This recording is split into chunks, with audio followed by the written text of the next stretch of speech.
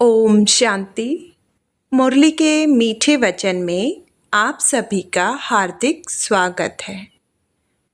क्या कभी ऐसा होता है कि पुरुषार्थ करते करते मन थकने लगता है? बाबा की याद में बैठते हैं, लेकिन बुद्धि बार बार दुनिया और देह के संबंधों की ओर चली जाती है। आज की मुरली में बाबा बहुत प्यार से कहते हैं, मीठे बच्चे, याद की यात्रा में कभी थकना नहीं। लेकिन आखिर याद की यात्रा में थकावट क्यों आती है? देह अभिमान हमें कैसे कमज़ोर करता है? और बाप या पढ़ाई से रूठने का संस्कार हमारी 21 जन्मों की श्रेष्ठ तकदीर को कैसे प्रभावित करता है? आज बाबा हमें सहज युक्ति बताते हैं। देही अभिमानी बनो, बाप को याद करो और हर कदम श्रीमत पर चलो। तो आइए पूरे मन और एकाग्र बुद्धि से आज की अमूल्य मुरली सुनते हैं। लेकिन उससे पहले मन को शांत करके, बाबा को याद करके ओम शांति कमेंट जरूर कीजिएगा। 14 मई 2026 की प्रातः मुरली। मीठे बच्चे, याद की यात्रा में कभी थकना नहीं। देह अभिमान के तूफान थकाते हैं। देही अभिमानी बनो तो थकान दूर हो जाएगी। प्रश्न: कौन सा संस्कार 21 जन्मों की श्रेष्ठ तकदीर को बिगाड़ने वाला है? उत्तर: अगर किसी में रूठने का संस्कार है, बाप से व पढ़ाई से रूठ जाते हैं, तो 21 जन्मों की तकदीर बिगड़ जाती है। इसलिए बाबा कहते हैं, मीठे बच्चे, देह अभिमान के वश कभी भी यह उल्टा नशा नहीं चढ़ना चाहिए कि मैंने इतनों को समझाया, इतनी मदद की। देखो बाबा कितनी बड़ी अथॉरिटी, फिर भी कितना निरअहंकारी है। इसलिए सी फादर। गीत: रात के राही थक मत जाना। ओम शांति। मीठे मीठे सिक्की लदे बच्चों ने गीत सुना और जो योग युक्त सर्विसेबल बच्चे हैं वह इसका अर्थ झट समझ लेते हैं। हम रात के राही अर्थात ब्राह्मणों की अब रात पूरी हुई है। भक्ति मार्ग को रात कहा जाता है। आधा कल्प रात का पूरा होता है। हद का भी दिन और रात है। यह फिर ब्राह्मणों का आधा कल्प दिन और आधा कल्प रात होती है। इस समय जबकि बाप आते हैं तो अंधियारा है। प्रभात होने का पहला पूर है। सवेरा हो रहा है। बच्चे जानते हैं।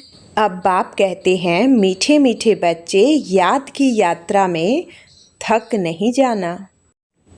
जैसे जिस्मानी यात्रा होती है, आगे पैदल जाते थे, बहुत धीरे धीरे बीच में मंजिल बनी रहती है। मालूम रहता है हमको फलानी फलानी मंजिल पर ठहरना है। आगे बहुत श्रद्धा से पैदल जाते थे, उसमें बड़ी मेहनत है। अब यह तो बहुत सहज है। इसको कहा जाता है सहज याद व योग। सिर्फ बाप को याद करना है। थकने का मतलब ही है देह अभिमानी बनना। हाँ, इसमें कोई शक नहीं, माया के विघ्न पड़ेंगे, परंतु इसमें थक नहीं जाना है। थक जाने से देह अभिमान आ जाता है। बाप कहते हैं, बच्चे, शरीर निर्वाह के लिए काम तो करना है, उसके लिए छुट्टी है। 8 घंटा शरीर निर्वाह, 8 घंटा आराम, बाकी 8 घंटा इसमें दो। अभी तो पूरा 8 घंटा कोई देते नहीं, अंत में 8 घंटा तक रहेंगे। चार्ट को बढ़ाते रहो। यहाँ जब आकर बैठते हो तो याद दिलाई जाती है, जिसको तुम निष्ठा कहते हो, बाबा की याद में आकर बैठते हो। इसका मतलब यह नहीं कि सिर्फ यहाँ आकर याद में बैठना है। ऐसे बहुत हैं, समझते हैं 5-10 मिनट योग करके उठें, परंतु बाप तो कहते हैं धंधा धोरी करते कहाँ आते जाते हो तो भी तुम योग में रहो। कहाँ गंगा स्नान आदि करने जाते हैं तो राम राम जपते हैं, है ना। यहाँ तुमको कुछ सिमरना नहीं है, सिर्फ बाप को याद करना है। यह बाप बच्चों से ही बात कर रहे हैं। तुम्हारा कल्याण ही है याद की यात्रा में। इसमें थकना नहीं है। इसमें तूफान बहुत आएंगे। तूफान कोई मिट्टी आदि के नहीं। माया के तूफान आने से बुद्धि का योग टूट जाता है। फिर देह अभिमान में आने से धंधा धोरी बच्चे याद आ जाते हैं। बाप कहते हैं अब तो यह धंधा धोरी आदि सब खल्लास हो जाने हैं। तुम्हारे बच्चे वारिस बनने ही नहीं हैं, सब खत्म हो जाने हैं। अभी तो वारिस बेहद के बाप के खड़े हैं। हद का बरसा मुर्दाबाद होना है। साहूकार लोग समझते हैं अब बच्चा बड़ा होगा, शादी करेगा, फिर यह होगा। बाप कहते हैं अभी इतना टाइम नहीं है, इसलिए दुनिया से बिल्कुल मोह हटा दो। यह तो कब्रिस्तान है। धंधा धोरी बच्चों आदि के चिंतन में मरेंगे तो मुक्त अपनी बर्बादी कर देंगे। शिव बाबा को याद करेंगे तो आबादी बहुत होगी। देह अभिमान में आने से बर्बादी होती है, देही अभिमानी बनने से आबादी होती है। जितना याद करेंगे उतना भविष्य 21 जन्म वर्षा पाएंगे। याद नहीं करेंगे तो बहुत घाटा पड़ जाएगा। वह फिर कल्पांतर के लिए हो जाएगा। इतनी बड़ी घाटे की बात है, ख्याल करना चाहिए। हम पूरा वर्षा कैसे पाएंगे। धन की भी बहुत लालच नहीं रखनी चाहिए। टू मच में नहीं जाना चाहिए। कोई दिवाला मारते हैं तो बहुत फिक्रात हो जाती है। शिव बाबा को बिल्कुल भूल जाते हैं, फिर दोष रखते हैं कि ज्ञान में आए हैं तब दिवाला मारा है, बीमार हो पड़े हैं। यह कभी नहीं समझना चाहिए। बीमारी आदि होती है, यह तो कर्म भोग है। अच्छा है विकर्म विनाश हो जाएंगे। धर्मराज के डंडे खाने से तो बीमारी अच्छी है ना। कर्म भोग चुकतू करना है। यह तो महारोगी शरीर है, कितनी संभाल की जाती है।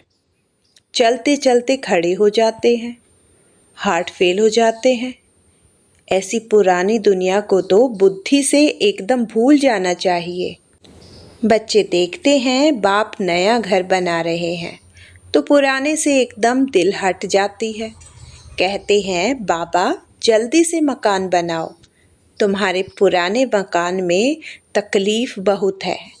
तुम भी जानते हो यह पुरानी दुनिया तो बहुत गंदी है। तुम्हारा यह है बेहद का सन्यास। वह सन्यास करते हैं घर बार का, उसको हद का सन्यास कहा जाता है। तुम सन्यास करते हो विकारों का। बाप कहते हैं देह सहित देह के जो भी तुम्हारे संबंध हैं सबको तोड़ मामेकम याद करो। यह दुनिया जो इन आँखों से देखते हो इनको भूल जाओ। अभी तुम्हारी बुद्धि जानती है हम स्वर्ग की राजधानी के लिए पुरुषार्थ कर रहे हैं। ज्ञान का तीसरा नेत्र मिला है। यह सब कब्रिस्तान हो जाना है। इससे प्यार नहीं रखना है। आजकल मनुष्यों के पास पैसे बहुत हैं जो विकार भी तेज हो गए हैं।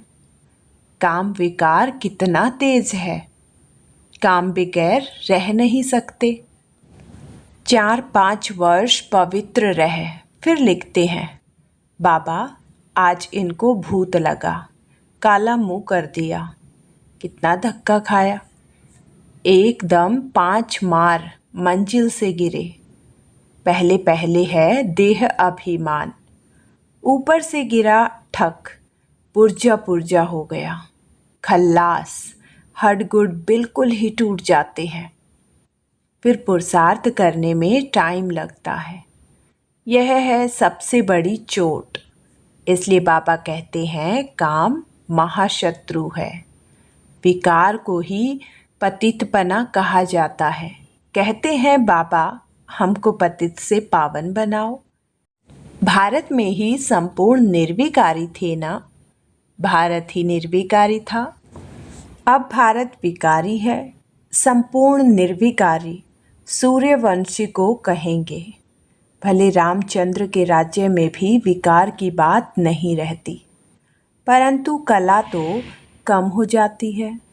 1250 वर्ष कम हो गए तो वह दुनिया की ताकत तो कम हुई ना। इसलिए उनको सतो प्रधान फिर सतो कहा जाता है। तुम जानते हो हम मम्मा बाबा को फॉलो कर सूर्यवंशी महाराजा महारानी बने। इसमें तकलीफ व खर्चे आदि की तो बात ही नहीं है। इसमें मुख से कुछ बोलना ही नहीं है, सिर्फ याद करना है। इसको ही सहज योग कहा जाता है। इसमें बड़ी मेहनत चाहिए। बाबा के आगे तो सब महारथी हैं। इसमें योग पूरा चाहिए, तब कुछ तीर लगे। योग बल है ना। योग की बहुत कमी है।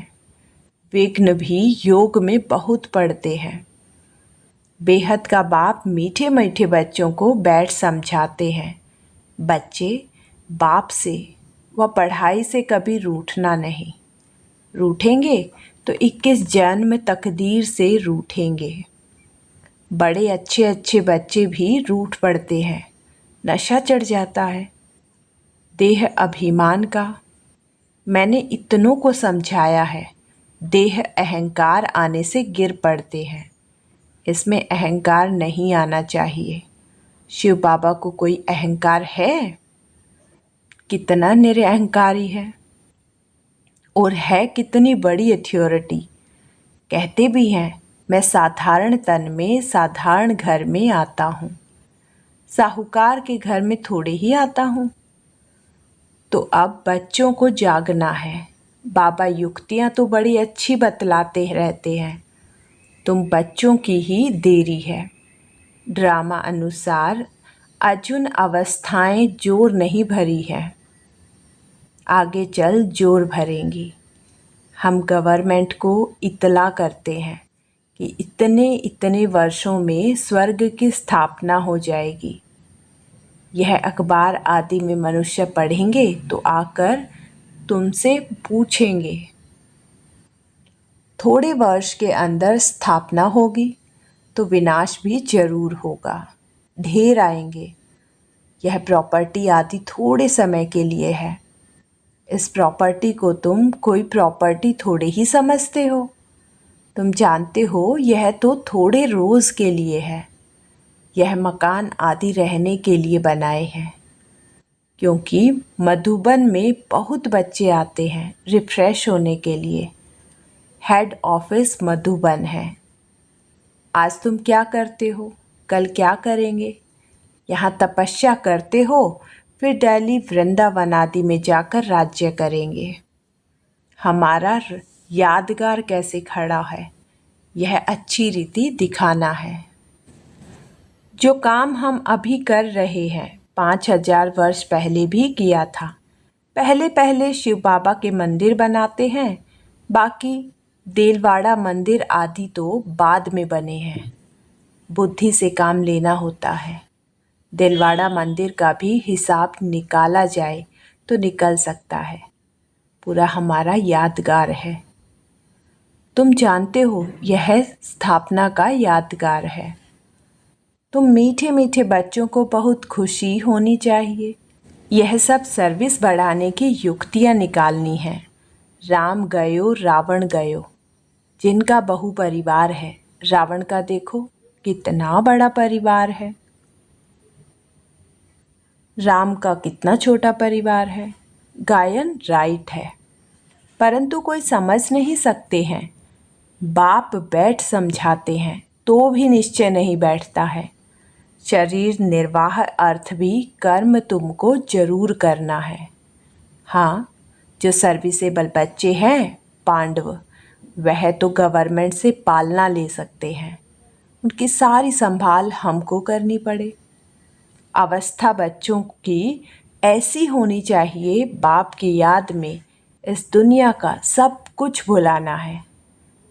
याद की यात्रा में जो पक्का मस्त रहेगा, उनकी अवस्था भी बहुत मजबूत होगी। जैसे कि शिव बाबा की याद में रह तुम शरीर छोड़ते हो, सन्यासी ब्रह्मा की याद में शरीर छोड़ते हैं, तो भी वायुमंडल में बिल्कुल सन्नाटा हो जाता है। बाबा को अनुभव है, मनुष्य मरते हैं तो घर में सन्नाटा हो जाता है ना। इसमें भी ऐसा होता है, पिछाड़ी में जैसे कि सब कुछ भूल जाते हैं। अब हमको वापस घर जाना है। देह अभिमान छूटता जाता है, पिछाड़ी में शरीर खुशी से छोड़ना चाहिए। हर्षित मुख, बस हम कहाँ जा रहे हैं, ऐसी अवस्था जब होगी तब विजय माला में पिरोने लायक बनेंगे। तुम्हारे में शांति की करंट है। कोई भी आते हैं तो कहते हैं यहाँ शांति बहुत है। यह है रियल शांति। आत्मा शरीर से डिटैच हो जाती है। तुम जानते हो, हम आत्मा शांत स्वरूप है। हम अपने स्वधर्म में बैठ जाते हैं। कर्म के बिना तो कोई मनुष्य रह नहीं सकते। वो लोग हठ योग से क्या क्या नहीं करते हैं। तुम अब समझते हो, हमारा स्वधर्म ही शांति है। यहाँ हम आए हैं पार्ट बजाने। अब वापस घर जाना है। बाप कहते हैं मुझे याद करो और घर को भी याद करो। बाप को याद करने से वर्षा मिलेगा। बाप कहते हैं मुझे भी घर में याद करो। यहाँ तो मैं टेम्परेरी आता हूँ। तुम्हारी बुद्धि शांति धाम में टिकनी चाहिए, बाबा की याद में। घर का भी वर्षा लेना है ना। वह है आत्माओं का घर। यह है जीव आत्माओं का घर। अपने घर को भी नहीं भूलो, बाप को भी नहीं भूलो। बाप को याद करने से ही पवित्र बन घर चले जाएंगे।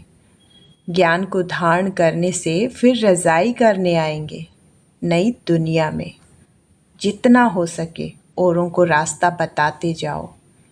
Always see father. तुम जानते हो बाप ने क्या किया, सब कुछ माताओं को दे दिया। उसने ही डायरेक्शन दिया कि सब कुछ माताओं की सर्विस में लगाओ। एक को देख दूसरों ने फॉलो किया, स्वाहा हो गए। परंतु फिर जब टिक भी नहीं सके, ड्रामा अनुसार भट्टी भी बननी थी। पाकिस्तान हिंदू हुआ। तुम्हारी भट्टी पहले शुरू ही हुई पाकिस्तान में। तुमने नदी को क्रॉस किया। शास्त्रों में तो क्या क्या बातें लिख दी है। प्रैक्टिकल में तो अब तुम सुनते हो ना, फिर कल्प बाद तुम ही सुनेगे। अब बाप कहते हैं हियर नो इवल। धंधा आदि भले करो, परंतु हियर नो इवल। बाप कहते हैं हर बात में श्री मत लो। बाबा इस हालत में हम क्या करें, तो बाबा सब बता देंगे। कोई भी बात पूछनी हो तो तुम बाबा के पास जाओ। तुम डरते क्यों हो? कदम कदम पर पूछना है। श्रीमत पर चलने से कदम कदम में पदम है। तुम्हारा सेकंड बाय सेकंड जो पास होता है उसमें पदम है। तो कितनी कमाई हो रही है। अच्छा, मीठे मीठे सिकिलदे बच्चों प्रति माता पिता बाप दादा का याद प्यार और गुड मॉर्निंग। रूहानी बाप की रूहानी बच्चों को नमस्ते। धारणा के लिए मुख्य सार नंबर 1, विजय माला में पिरोने के लिए इस शरीर से डिटैच होने का पूरा पूरा पुरुषार्थ करना है। देह अभिमान को छोड़ते जाना है। इस दुनिया को बुद्धि से भूलना है। नंबर 2, टू मच धन की लालच में नहीं जाना है। बाप की याद के सिवाय दूसरा कोई चिंतन न रहे। कभी भी बाप से व पढ़ाई से रूठना नहीं है। वरदान, मालिकपन की स्मृति द्वारा हाईएस्ट अथॉरिटी का अनुभव करने वाले कंबाइंड स्वरूपधारी भव। पहले अपने शरीर और आत्मा के कंबाइंड रूप को स्मृति में रखो। शरीर रचना है, आत्मा रचता है। इससे मालिकपन स्वतः स्मृति में रहेगा। मालिकपन की स्मृति से स्वयं को हाईएस्ट अथॉरिटी अनुभव करेंगे। शरीर को चलाने वाले होंगे। दूसरा, बाप और बच्चा शिव शक्ति के कंबाइंड स्वरूप की स्मृति से माया के विघ्नों को अथॉरिटी से पार कर लेंगे। स्लोगन, विस्तार को सेकंड में समाकर ज्ञान के सार का अनुभव करो और कराओ। अव्यक्त इशारे, ज्वाला स्वरूप स्थिति में रह शक्तिशाली याद का अनुभव करो। पाप कटेश्वर व पाप हरने तब बन सकते हो जब याद ज्वाला स्वरूप होगी। इसी याद द्वारा अनेक आत्माओं की निर्बलता दूर होगी। इसके लिए हर सेकंड, हर श्वास बाप और आप कंबाइंड होकर रहो। कोई भी समय साधारण याद न हो। स्नेह और शक्ति दोनों का रूप कंबाइंड हो। आज की मुरली हमें बहुत ही सुंदर शिक्षा देती है। याद की यात्रा में कभी थकना नहीं है। देह अभिमान हमें थकाता है, इसलिए जब हम स्वयं को आत्मा समझकर बाप की याद में रहते हैं तब आत्मा शांति और शक्ति का अनुभव करती है। बाबा से और पढ़ाई से कभी रूठना नहीं है। निरअहंकारी बनकर हर कदम श्रीमत पर चलते हुए अपने पुरुषार्थ को आगे बढ़ाते रहना है। यदि आज की मुरली ने आपके मन को स्पर्श किया हो तो वीडियो को लाइक करें, शेयर करें और चैनल को सब्सक्राइब करना न भूलें, ताकि हर रोज़ बाबा के महावाक्य आपको मिलते रहें। चलिए फिर मिलते हैं बाबा के महावाक्यों के साथ। ओम शांति।